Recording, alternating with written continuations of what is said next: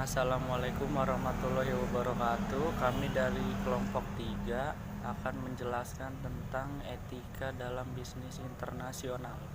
Bisnis internasional secara umum, etika bisnis dapat didefinisikan sebagai suatu standar atau prinsip moral yang diterapkan di dalam lembaga atau organisasi bisnis dan perilaku yang dapat diterima atau tidak dapat diterima dari orang-orang yang bergerak di dunia bisnis.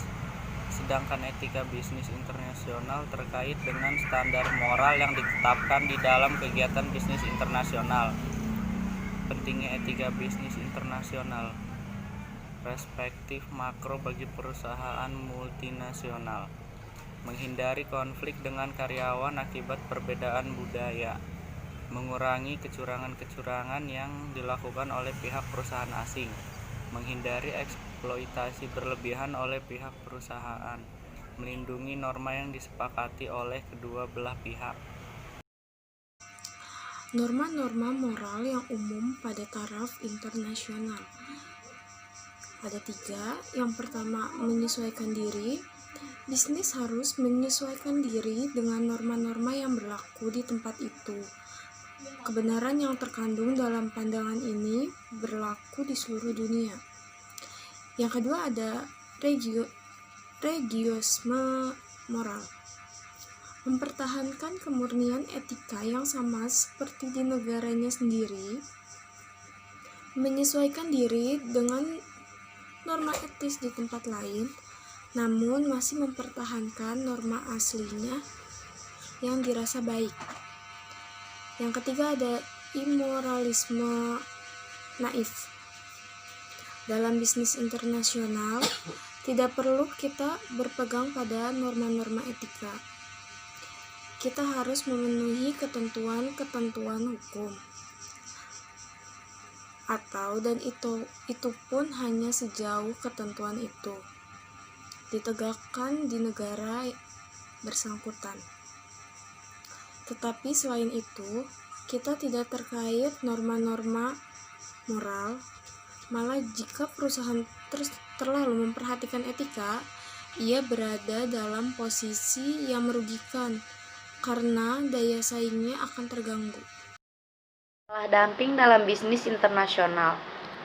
Dumping yaitu menjual sebuah produk dalam kuantitas besar di suatu negara lain dengan harga di bawah pasar dan kadang di bawah harga produsen, sehingga merugikan produsen lokal.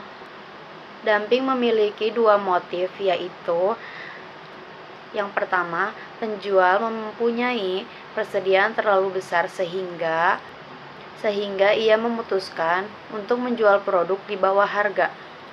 Yang kedua, motif jelek adalah berusaha untuk merebut monopoli dengan cara membanting harga. Dampak dumping terdiri dari 2. Yang pertama, konsumen diuntungkan dengan jangka pendek dengan dapat membeli produk dengan harga murah. Yang kedua, sedangkan para produsen menderita kerugian karena tidak dapat menawarkan harga barang dengan semurah itu. Aspek etis dari korporasi multinasional. Nah, yang dimaksud dengan aspek etis korporasi multinasional ini adalah sebuah perusahaan yang memiliki sebuah investasi langsung dari satu negara bahkan 2 negara sekalipun. Jadi perusahaan yang mempunyai hubungan dagang luar negeri ini yang demikian belum mencapai status korporasi multinasional atau yang bisa kita sebut dengan KMN. Tetapi perusahaan ini yang memiliki pabrik di beberapa negara di dalamnya. Di lingkungan perusahaan, stockholders, istilah ini muncul dari asal kata stockholders, di mana bentuk kata ini timbul sebagai kritikan dasar atas tindakan perusahaan yang terlalu mementingkan kepentingan pemegang sahamnya. Para pemegang saham sendiri menginginkan perusahaannya untuk selalu memberikan kinerja maksimal yang ditunjukkan melalui proses profit perusahaan. Whistleblowing dalam lingkungan perusahaan juga dikenal salah satu tindakan yang berkaitan dengan pelaksanaan etika bisnis. Whistleblowing merupakan sebuah tindakan yang dilakukan oleh perorangan untuk memberitahukan informasi kepada masyarakat atau pihak yang berwenang untuk melakukan tindakan terhadap pelanggaran-pelanggaran yang telah dilakukan oleh perusahaan terkait. Etika versus profit. Etika dan profit merupakan sebuah hubungan yang tidak biasa dan cenderung dianggap berseberangan. Dalam konsep bisnis, maksimalisasi profit merupakan tujuan utama yang harus dicapai oleh perusahaan, sedangkan keterlibatan etika hanya akan mengurangi keuntungan perusahaan. Pandangan ini tentu berlaku pada perusahaan-perusahaan yang hanya memikirkan profit sebagai target utama mereka. Dan kebanyakan perusahaan yang menggunakan cara-cara tidak etis dalam jangka panjang akan mengalami kerugian bahkan sampai pada kebangkrutan. Sekian dari kelompok kami, kurang lebihnya mohon maaf. Wassalamualaikum warahmatullahi wabarakatuh.